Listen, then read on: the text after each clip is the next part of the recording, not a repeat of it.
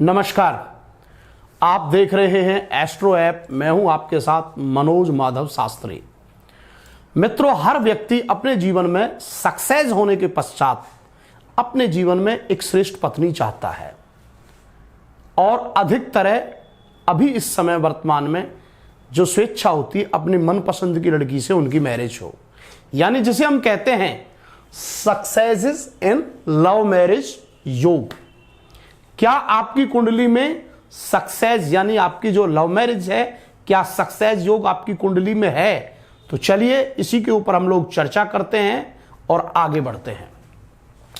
मित्रों, जिन लोगों की कुंडली तुला लग्न की होती है और लग्न का कारक उनकी कुंडली के अंदर भाग्येश में होता है, ऐसे लोग अपने जीवन में सफल लव मैरिज बनाते हैं।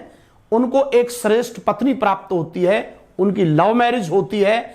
लव मैरिज के साथ साथ केवल लव मैरिज ही नहीं, विदेश में जाकर के अपनी पत्नी के साथ बहुत अच्छे सफल होते हैं।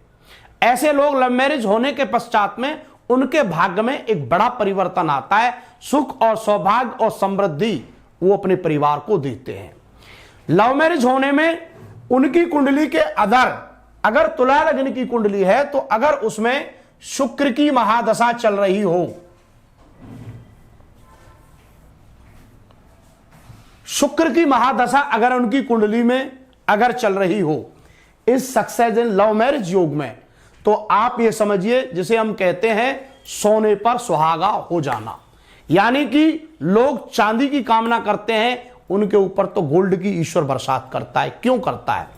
लग्नाधिपति का भाग्य स्थान में बैठना पत्नी के कारक है मंगल, जो केंद्र में बैठे हुए हैं, और मंगल की दृष्टि यानी कि गुरु की शुभ दृष्टि पड़ने, यानी पत्नी योग्य, श्रेष्ठ, संस्कारी और एक अति उत्तम स्वभाव नेचर की उनकी पत्नी, यानी उनको विदेश में जाने के बाद भी पूर्ण सपोर्ट करती है और उनके भाग्य से ऐसे लोग बहुत तरक्की करते हैं।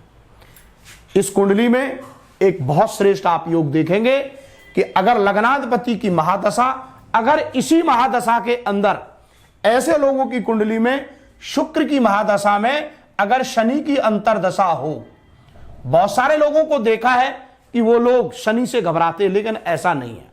जिन लोगों की कुंडली तुला लग्न की है और शनि एकादश भाव में बैठा हुआ है, हमेशा दुख और सुख में उनकी पत्नी जिससे उन्होंने लव मैरिज की है वो सदैव उनका साथ देती है, उनको सपोर्ट करती है, और ऐसे लोगों को सक्सेस इन लव मैरिज योग कुंडली बोलते हैं।